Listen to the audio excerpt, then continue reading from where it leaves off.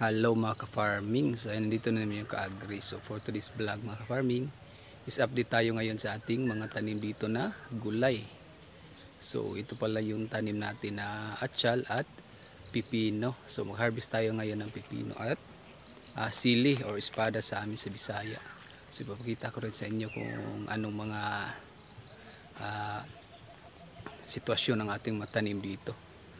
So dito sa ating atsalan medyo nalugi tayo maka-farming dahil dito sa amin is paragi ng umulan. So yung mga bulaklak niya ay hindi napulinitan ng pollinator, so yun hindi nabuo yung mga bunga. Tapos yung puno niya parang nasira talaga sa ulan maka-farming. At dito sa area na to sa ating pipino naman, so medyo merong maraming bunga ang ating pipino. So kita ko sa inyo mga ka-farming. So ito yung tanim natin na atsyal. So ayan, hindi masyadong maraming bunga. So itong nasa ibabaw, so napulinitan ito ng mga pollinators, kaya nabuo yung bunga. Dahil nung nakarang araw, so paraging umulan sa atin, so hindi nakapulinate yung mga pollinators. So ayun, hindi nabuo yung mga bunga. Tapos nahulog lang kanilang mga bulaklak. So ito yung sanhi na palagihang pag-ulan. So hindi masyadong maganda ang ating atsyal. Pang Disyembre sana ito, kaso medyo minalas. So ayan, hindi masyadong mabunga. Sana itong bulaklak na to hindi ito maabutan ng ulan. So kapag mapulinitan ito ng pollinators, so ayan, mabubuo yung bunga. So tulad yan, mayroong mga pollinators. So kita nyo ba? So yan. So yun, dapat mga ka-farming kapag iwas-iwasan talaga ninyong paggamit ng mga chemicals na pang-spray para hindi mamatay yung mga pollinators, dahil sila yung una nakatulong sa atin. Sila yung tumutulong para maging bunga ang ating meron tayong mga tanim na gulay. So dapat iwas-iwasan nyo talaga yung paggamit ng chemicals. Dapat kapag mag-spray din kayo ng mga chemicals, dapat sa hapon na, dahil ang mga pollinators is nasa umaga sila aktibo mga ka-farming. So yung mga piste naman is sa hapon. So ito yung ating tanim na atsyal dito. So hindi masyadong maraming bunga. So yan.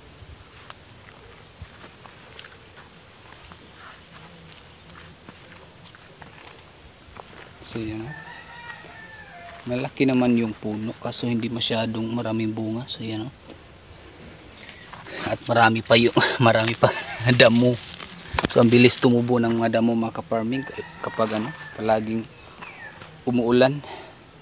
So ito naman yung pipino natin sa gilid. So yan. So i-share ko sa inyo yung mga idea nito kung paano palaguin at paramihin ang bunga ng pipino. So yan yung pipino natin sa gilid lang ng atsyal, dahil wala man tayong masyadong space dito. So para ma-double income, so sa gilid linagyan natin ng pipino mga ka-farming. So yan, ang area na to is katabi din ng palayan. So doon merong malubi at saging. So pakita ko yung bunga ng pipino. So ito mga ka-farming, ang bunga pa ng ating pipino nasa ibaba pa. Ito yung pinakaunang bunga. So ayan, sobrang ganda at ang kinis ng ating pipino. Ang laki pa. So ito yung mga maliliit. So ayan. So ayan, ang daming maliliit mga ka-farming. So para maganda yung resulta sa inyong pipino mga ka-farming, dapat mag-pruning talaga kayo. Pagkapitong dahon, pruningan nyo. Tapos dun, dalawa sa ibaba is tanggalin nyo mga ka-farming. Tanggalin nyo yung pinakaibabang sanga. Yung 5, 4 or 3 ang inyong patutubiin para madaming sanga mga ka-farming. Dahil yung 3 or 4 is sa sanga pa rin, sa sanga din yun. So kapag magsanga na yung pipino, so yun, lalabas din yung bunga. Maraming sanga, maraming bunga. So ayan, tingnan nyo yung bunga ng ating pipino. Sobrang sobrang ganda. At kung paano, kung walang mga pollinator sa inyo, so kukuha lang kayo nito. Ito yung kumbaga lalaki na bulaklak. Tapos itong parang pulbo, or ano ba tawag nito, itong parang pulbo mga ka-farming. So yan sa gitna, so ididikit nyo sa, ito naman yung babae na pipino.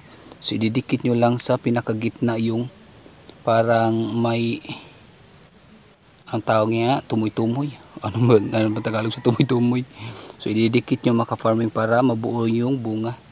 So ganun kaganda mga ka-farming kapag marami talagang pollinator sa inyong gulayan, dahil hindi ka na maghasol sa paglagay or pagpulinate ng mga bulaklak. So yan, dapat mga ka-farming is iwasan talaga ang paggamit ng mga chemicals, dahil yung chemicals naman is unang-una is yun ang kumbaga yun yung source sa mga insect pest. Yun ang source. Ano, tama ba yung panagsasabay ko? Yun ang source. Kumbaga yung gumagamit ka ng mga chemicals mga farming, so mag-spray ka, mamatay yung mga natural pest na kumukontrol sa mga peste. So yung mga peste is sila yung natitira dahil meron silang pagka-immune mga farming. So yun yung dadami sa ating mga tanim ng mga gulay or sa palayan. So ayan, dapat kapag mag-spray talaga kayo para maiwasan yung pagkamatay ng mga natural pest, mas maganda sa hapon mga farming, dahil sa hapon talaga aktibo yung mga insect pest. So ayan, so ito dalawang bunga, halos nagkadikit lang sila. So mag-harvest muna tayo mga farming. First harvest natin to. Maliit lang din ang ating tinatanim nito, nasa mga 30 lang to kapuno. So sa ating mga gulayan, so medyo hindi masyadong marami dahil wala naman tayong masyadong malaking espasyo dito.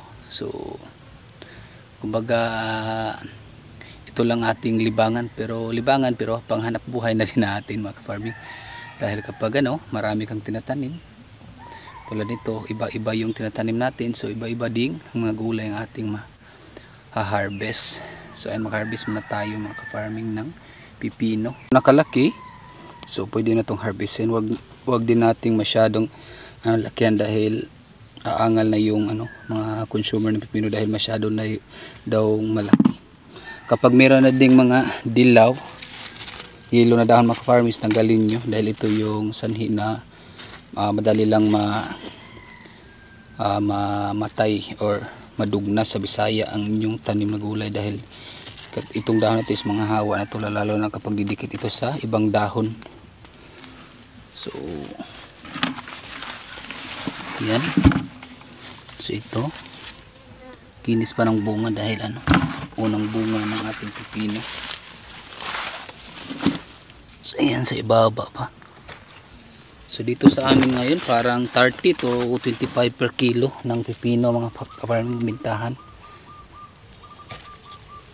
So yan, sobrang ganda ng ating pipino. Sana maibenta natin to. So meron naman tayong suki dito sa ating mga kaunting gulay.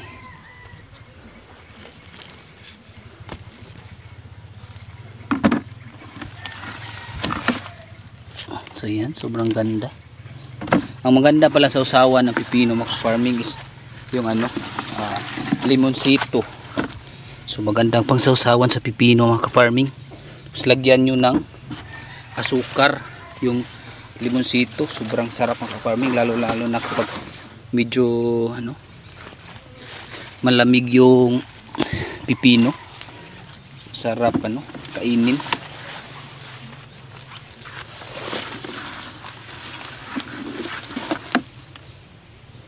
So yan, yung iba is nasa lupa na. So yan.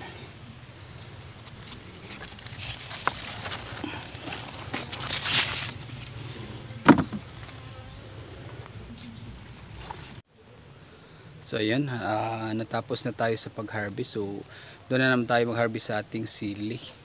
At meron din kaunting pipino doon. So ayan, punta na tayo doon. So ayan, nandito na tayo sa ating tanim na sili at mag-harvest din tayo ngayon mga farming. So ito lahat, maliit lang din to, nasa 100 plus kapuno.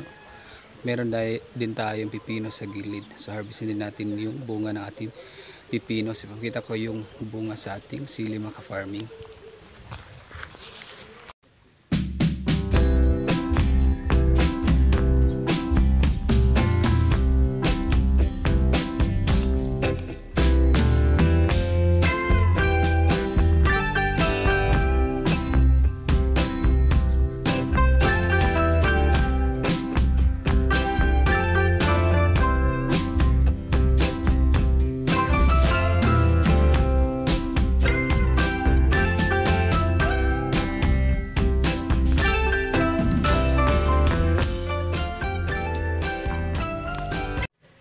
So yan mga ka-farming, ang bunga ng ating sili. Sobrang dami mga ka-farming.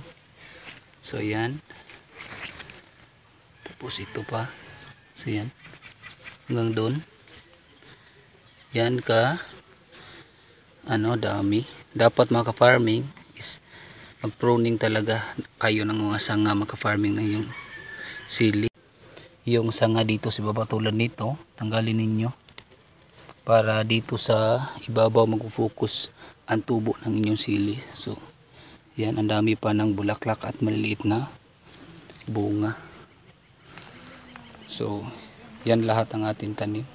200 lang to ka puno mga ka-farming. At ito naman yung ating pipino dito. So ito, hindi siya masyadong nilabong mga farming, iyabong dahil matagal ito mainitan dito dahil merong puno ng kahoy dito. Kaya ngayon is nasa 10 or 9 AM na ngayon. So tingnan niyo, wala pang init.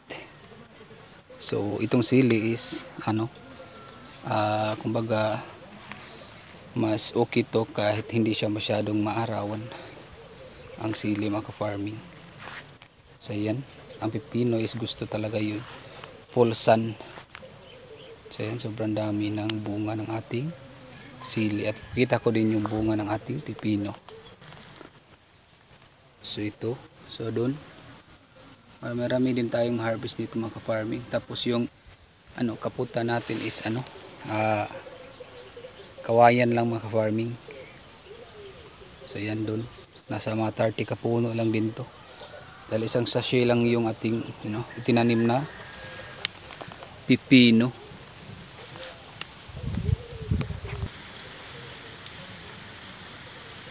So yan, sobrang madami namang bunga kahit wala masyadong katay sa Bisaya or mga tangkay mga farming ng ating pipino. So malaki din naman yung mga bunga. So ganda talaga tingnan ng espada sa Bisaya, sili sa Tagalog. So yan, daming bunga mga farming. So ito yung kagandahan ng sili mga farming, hindi siya masyadong hindi ka gumagamit ng mga chemicals pang spray mga farming dahil hindi siya masyadong lapitin ng mga insekto. So ito kagandahan ng sili mga farming. Kaso hassle lang kapag mag-harvest dahil matagal kang matapos dahil kumbaga sa Bisaya is kuti harvestin ang sili. So mag-umpisa na tayong mag-harvest mga ka-farming ng ating sili pagka matagalan tayo dito. Tapos ang init pa naman ang panahon. So mag-harvest na tayo mga ka-farming. Dapat maka-farming yung unang guna. Dapat maka-farming yung unang bunga ang inyong harvestin, yung gulang na. So tulad nito, makintab na. So ito ay tandaan na tamang-tama na harvestin ng sili. So yan, sobrang hahaba at ang laki maka-farming. Ganito kaganda kapag maglagay talaga kayo ng mga organic materials sa inyong tanim. So yan, kinis pa ng bunga.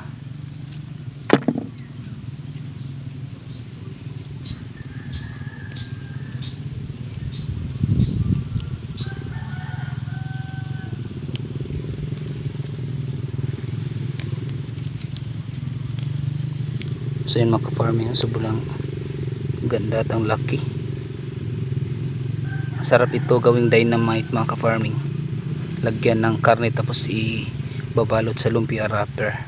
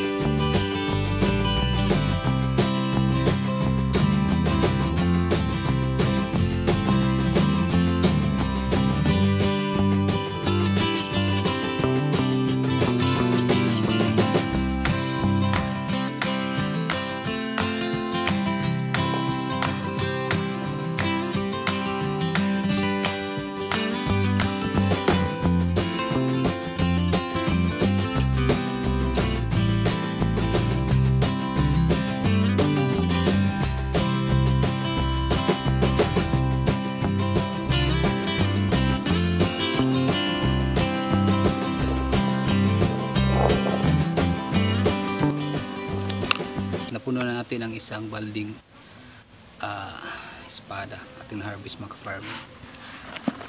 So yan.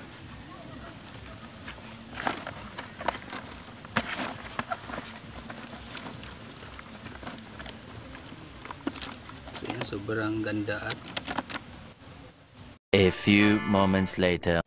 so yan mga ka-farming, natapos na tayo mag-harvest. So dalawang balde ang ating harvest na sili mga ka-farming. So punta muna tayo sa ating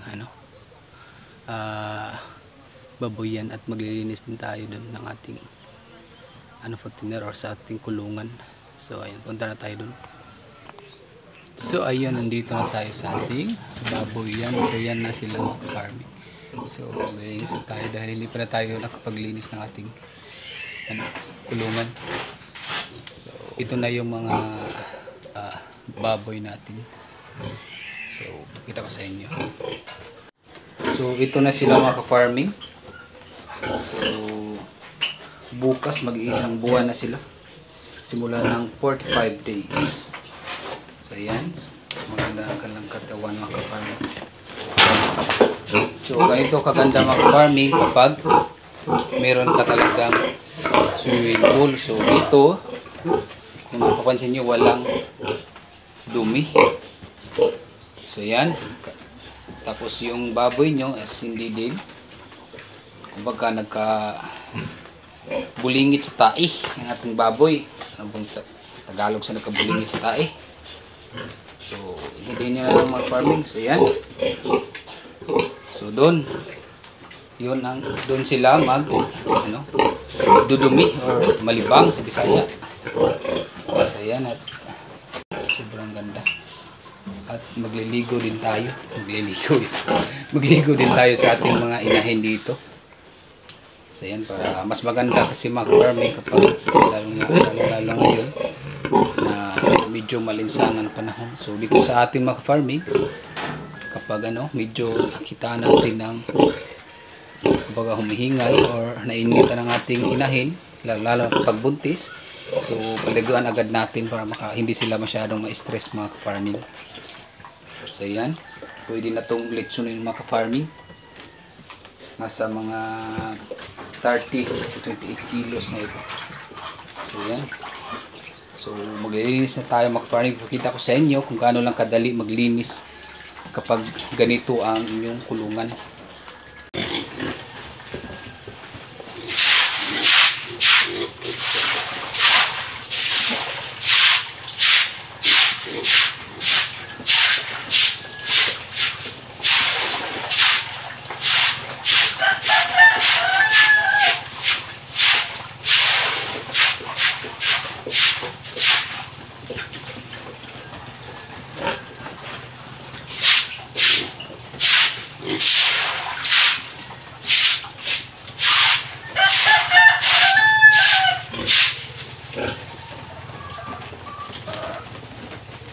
So yan, ganyan lang kabilis maglinis mga farming. Dapat araw-araw din natin ito palitan ng tubig para malinis mga farming. So ito ang kagandahan.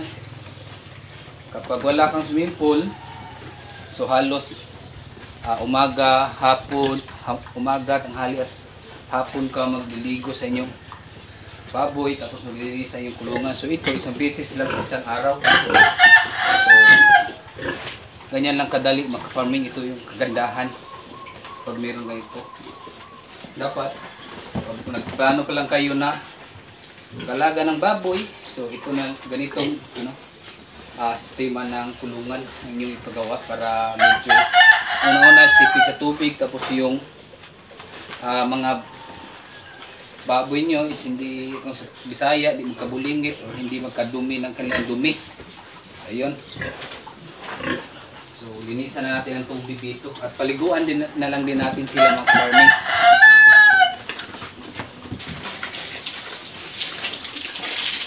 So, dun lang banda ang inyong lininisan. So, yan. Diba? So, banda nila. Tapos, paliguan na lang din natin ang ating mga baboy dahil mainit ngayon.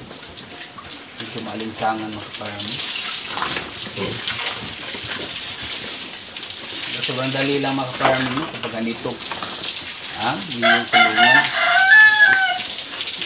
So nung una is dyan sa gitna linagyan natin yan ng risal, kaso malayo yung risal sa atin. Kukunan natin ng risal, so pinafloringan na lang natin.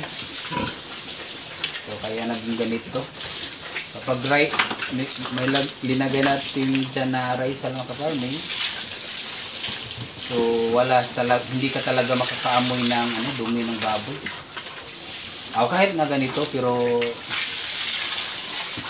hindi ka talaga hindi mabaho makapamoy kapag mayroong tubig dahil yung dumi na is mahalo sa tubig.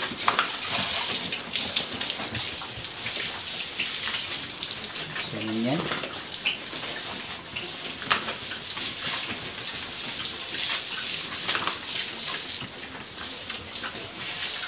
Dapat maka-farming yung daluyan din niya ng kumbaga PVC. So meron namang lock doon, so para madali lang na puluhan ng tubig. Meron ng mga lock na baligya.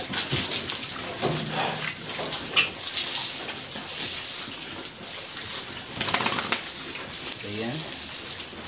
Tapos dito maka-farming is magbibenta na tayo sa ating harvest na espada at pipino dun sa palengke sa ating bayan ng Palumpon.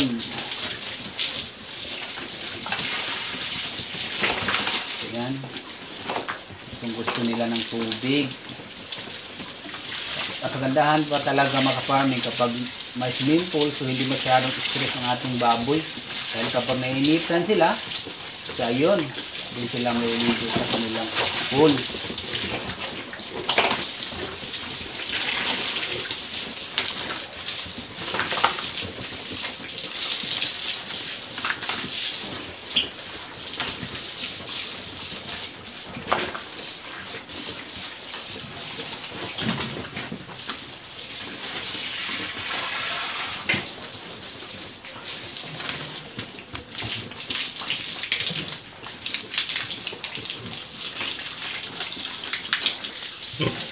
So, dito na naman tayo magligo sa ating inahin. So, yan. Ito yung pinakamabait kong inahin maka-farming. So, hindi talaga siya, mga gat sa atin. So, ito. dapat paliguan nyo talaga sila mga ka-farming kapag medyo kalinsangan ng panahon. So sa umaga, tanghali, depende sa kapag nakita nyo is yung pagkakal mo hangos, pagkakal sa hangos, humihingal ba yung pagkakal sa hangos mga farming. So yun, liguan nyo agad yung mga baboy ninyo para hindi masyadong ma-stress ang ating inahin, lalo na kapag buntis. Tingnan nyo mga farming, sobrang bait niya kahit ilalapit pa natin yung hindi niya kakagatin. So lahi pala dito para landrace. Yan, mahaba ang kanyang katawan. Tapos yung nasa pababa yung tinga niya. So ito naman yung isa natin inahin, si Kabang. Si Kabang nga maldita. So maldita yung Kabang mga kapatid. Parang pitrin din siya. Dahil yung barako ng aking pader is may halong pitrin. So anak ito ni puti mga kaparming, Kabang. Kaso lang medyo maldita sa mga kaparming. Mangangagat talaga siya sa atin sa pagkuhan. Hindi tayo kumpiyansa. Tingnan nyo lang mukha, parang baboy talaga yung mukha ng ating baboy. Baboy dito na nakaparming. Tayo pa kaparming.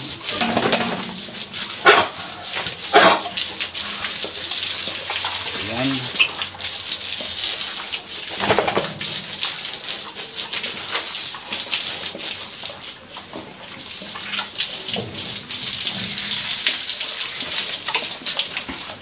Ganito lang kadali mga ka-farming kapag ang inyong pinagkikitaan is farming. So sa farming mga ka-farming, so kumbaga masisiyahan ka pa sa inyong ginagawa, wala ka pang amo or agalon na mag-uutos sa iyo. Kahit anong oras pwede tayong makapagtinga sa farming. So ang kahirapan na sa farming is yung mga produkto natin is bibili lang ng mura. Yun lang talaga yung pinakamahirap. Nagpagod ka ng ilang buwan, tapos kapag yan harbisan na, yun ang barat ng kuha. So yun lang ang pinakamahirap sa farming, kapag barat yung kuha ng ating produkto. So ayan, pundahan na natin yan ng tubig. So hanggang dito na lang ating vlog mga ka-farming, dahil mamibenta pa tayo sa ating sili at pipino. So kung bago ka pa lang sa ating channel, sa ating YouTube channel, huwag niyong kalimutan mag-like and subscribe. At pinutin nyo rin ang notification bell para update kayo sa lahat nating gagawing video. At kung ka pa lang sa ating Facebook page, ayan, huwag nyo kalimutan din mag-follow at mag-like. So ayun, maraming salamat sa panood mga ka-farming. So hanggang dito na lang, bye bye.